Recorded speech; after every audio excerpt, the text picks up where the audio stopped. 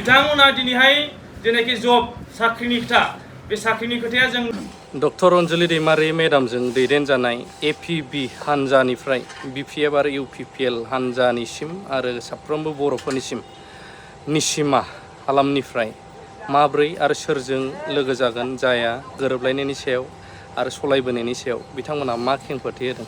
निसिमा समस्थियाव नोंथांमोननि जे APB political party बे APB पलिटिकल पार्टी हिसाबैहाय पलिटिकल सिनारिया माबायदि जानानै दं? दिनै जोङो APB पार्टी हिसाबै निसिमा समस्थियावथ' जोबोद मोजां आरो जोंनि दिनैहाय रायजो राजाफोरा गावनि मेगनजों नुबोदों। दिनै 22 बोसोर BTCनि सरकाराव दिनै 17 बोसोर BPFआ सरकार सालायबाय। बे 17 बोसोराव रायजो राजाया गावनि मेगनजों नुबोदों जे दिनैसिमाव जोंनि रायजो राजानिसिम गोरिब गुन्द्रा जोंनि गामि लेभेलाव थानाय रायजो राजानिसिम जेरैबायदि डेभेलप जानांगौमोन BTC मोनखांनायनि उनाव बे जायाखै।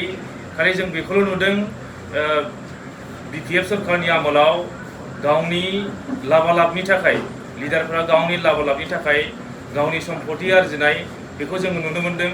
गोबां गामिफोराव दिनैहाय लामा दालाङा जायाखै आरो गोबां गामिफोराव जेरैबायदि जोंनि फरायसाफोरा सोलोंथाइ मोननांगौमोन बेखौ मोननो हायाखै आरो दिनै सरकारनिफ्राय जेसेबांनाखि आसनिफोर फैदों बे आसनिफोरा दिनै जोंनि बर' रायजो राजानिसिम सौहैयाखै। दा बेखौ लानानै BPFनिसिम जोंनि बर' रायजो राजाफोरा गोबां दुखु मोननाय दङ।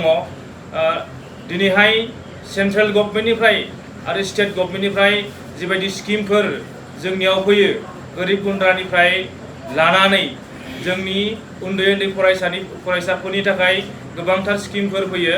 बे स्किमफोरा दिनैसिम जोंनि गामि लेभेलसिम सौहैयाखै। बेनिखायनो जोंनि बर' रायजो राजाया BPFखौ A to Z मिथिगौ आरो दिनैसिमाव BPFखौ जेनाखि 17 बोसोर बिथांमोना सरकार सालायबाय बिसिनि आखुखौ रायजो राजाया मिथिबाय आरो दिनैसिमाव जोंनि बर' रायजो राजाया BPFखौ आंगायबाय आरो BPFखौ आरोबाव बजबनानै लाफिनगोन जों बेखौ मालाबाबो आसा खालामाखै। दिनै जोंनि बर' रायजो राजाया निसिमा हिसाबै जोंनि बर' रायजो राजायाथ' एकदम BPFखौ ना खारनाय बायदि खारनानै दङ।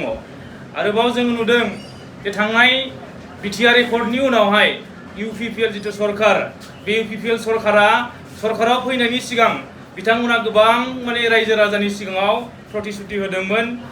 बे प्रतिश्रुतिफोरखौ बिथांमोना मावफुंनो हायाखै।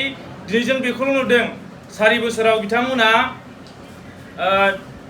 दा जोङो बुंनो थाङोबा 4 बोसोराव बिथांमोना जों बुंनाङा जोंनि बर' रायजो राजाया मिथिगौ आरो जोंनि मेगनजों जों नुदों बिथांमोनाबो बे एखे रलखौनो लादों। बिथांमोना दिनै जोंनि जेनाखि मोननांगौ स्किमफोर बे स्किमफोरखौ बिथांमोना सोरबा EMनि पकेटाव दोनदों आरो बिथांमोना दिनै बर' रायजो राजाफोरनो जेरैबायदि स्किमफोर होनांगौमोन आसनिफोर होनांगौमोन बे आसनिफोरा सोरबा चेयारमेननि आखायाव थादों। बेबायदि मोनसे दालाल राज बिसिनियाव सोलिदों। आरोबाव बिथांमोना दिनैहाय जेनाखि जब साख्रिनि खोथा बे साख्रिनि खोथाया जों बुंनाङा। दिनै ससियेल मिडियायाव बिथांमोना ख्रा नुजागासिनो दङ। साख्रिनि बेलायावबो बिथांमोना बिजनेस खालामदों।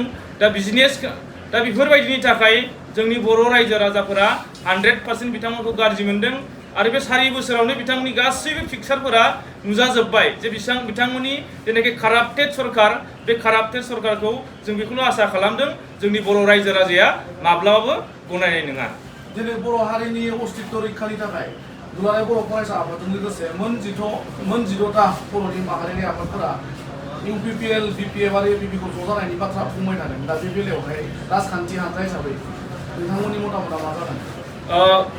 गावबागाव मोनसे राजखान्थि हान्जाया गावबागाव मोनसे उद्देश्य थायो। जेरैहाय BPF राजखान्थि हान्जा होननानै बुङोब्ला बिथांमोना मोनसे गावबागाव आइडिय'लजि थायो। बिथांमोना गावसिनि आइडिय'लजिजों खारगोन। आरोबाव UPPL राजखान्थि हान्जाया बिथांमोनाबो गावबागाव मोनसे आइडिय'लजि थायो। बिथांमोननि आइडिय'लजिजों नियम निथिजों बिथांमोना खारगोन। जों बेखौ आसा खालामदों। जों एसे बर' हिसाबैथ' जों बेखौनो लुबैयो। नाथाय बिथांमोननि जेनाखि केन्डिडेटनि फोसावनाय जों बेखौहाय ससियेल मिडियायाव नुबाय थादों। BPFआ दिनैहाय खौसेथिनि खोथा बुंनायाव BPFआ सिगांग्रो बिथांमोना 22टा बेबायदि मोनसे केन्डिडेट लिस्ट फोसावना होबाय। दा जों बेखौ नुदों बिथांमोननि गेजेराव माब्लाबाबो गोरोबनाया फैनाय नङा। दिनै नोंथांमोना नैबे 16 निसिमा ब्लकनि सिङाव मोनसे हानजा सुरनाय हाबाफारि लाबाय बिसायख'थिखौ नोजोर लाखिनानै माबादि रायजो राजानि अनसायनाय मोननो हादों होनना सानो दा जोङो राजनितिक हान्जा हिसाबै एपिबि राजनितिक हान्जाया जोंना जोबोद गोदान दा गोदानब्लाबो दिनैनि थारिखआव जोंना थांनाय